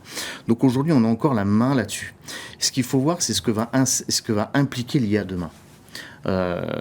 C'est-à-dire qu'il va falloir qu'on prenne en charge l'addiction. Et donc, il va falloir qu'on ait une capacité en sociologie pour comprendre. C'est dans toutes les professions. Vous allez dans des études de psychologie, vous allez retrouver des étudiants en architecture. Parce qu'ils ont des études de sociologie. Il va falloir traiter de la psychologie. Il va falloir être en capacité de poser la bonne question pertinente au moteur. Parce que si on ne pose pas la bonne question pertinente, on a une réponse qui ne vaut rien du tout. L'IA, elle a été conçue par des cerveaux humains et aujourd'hui, elle répond basiquement à ce qu'on lui a, à la méthode qu'on lui a donnée pour répondre. Si on pose une mauvaise question, on a une mauvaise réponse. Et donc, il va falloir qu'on soit en capacité de poser des bonnes questions. Et tout ça, ça s'apprend. Et ça va devoir s'apprendre sur les bancs de l'université. Très bien. Alors, c'est vraiment ce sur quoi je voulais terminer notre conversation, c'est l'attractivité, la formation et l'attractivité de vos métiers qui commencent. Alors peut-être vous, Jean-François. Alors formation, on est tout fait d'accord et on demande et on travaille sur cette évolution de notre formation en université, en licence. C'est une obligation. On est la dernière profession paramédicale en BTS, Bac plus 2, ça n'a plus de sens, qui date de 1997. Hugues est en train de nous expliquer l'évolution de ce qui se passe. Aujourd'hui, nous, on est encore bloqué sur un diplôme de 1997. Je pense qu'il est quand même temps et ça va être urgent. Je voudrais aussi, et je ne sais pas si on a encore beaucoup de temps, mais pas beaucoup. Non, je voudrais juste alerter un truc sur aussi la pression aujourd'hui, parce qu'on parlait des pouvoirs publics qui s'intéressent aux opticiens, etc. L'enjeu sanitaire, mais je pense que l'enjeu sanitaire n'est pas un enjeu financier. Le bon produit, les bons services pour les patients. Et ça, c'est important parce qu'aujourd'hui, on a une pression qui est en train d'arriver. Et je pense que ça nous concerne tous les trois. Parce que soyez plus clair. Pression des financeurs, pression de plein de sujets qui vont arriver, de droite et de gauche, la Sécu, la problématique de la Sécu va arriver et pourquoi pas faire des mouvements, etc. Et je pense qu'à un moment, il ne faut pas voir que sous le prisme d'opticien, parce que je pense qu'on va être tous touchés à un moment, et je pense que là, l'enjeu sanitaire est plus important, et l'accès aux soins des Français va être plus important que de savoir si... voilà, donc je pense que là-dessus aussi, on a intérêt à travailler en filière. Très bien. Attractivité de votre profession, pas de difficultés, beaucoup de difficultés, non, ça marche bien. Qu'est-ce que c'est le profil de l'orthoptiste aujourd'hui, du jeune orthoptiste? Alors, on a rapidement. On a de moins en moins de jeunes orthoptistes, beaucoup de demandes de reconversion. On est obligé de limiter, bien évidemment, mais non, ça se remplit. Il y a beaucoup de demandes pour peu de place, mais c'est la vie. Hugues Verdier, Davioud, vous répondez. Trois choses. Évidemment, formation. La formation, il ne s'agit pas de rajouter une année. il faut revoir complètement et intégralement le contenu de la formation et le redispatcher sur les 3 années. Et donc ce n'est pas simplement se contenter de rajouter une année, c'est revoir la totalité. La deuxième chose sur l'attractivité, c'est pas uniquement la formation, il va aussi falloir penser salaire. Parce que si on veut conserver des opticiens professionnels de santé dans nos magasins, il faut les payer. Si on ne les paye pas, on les perd. Ils vont voir ailleurs. Ils vont voir chez nos amis ophtalmo. Et ben moi, je préfère les voir dans mon magasin en train de faire des examens de vue en téléexpertise avec les ophtalmos en lien direct.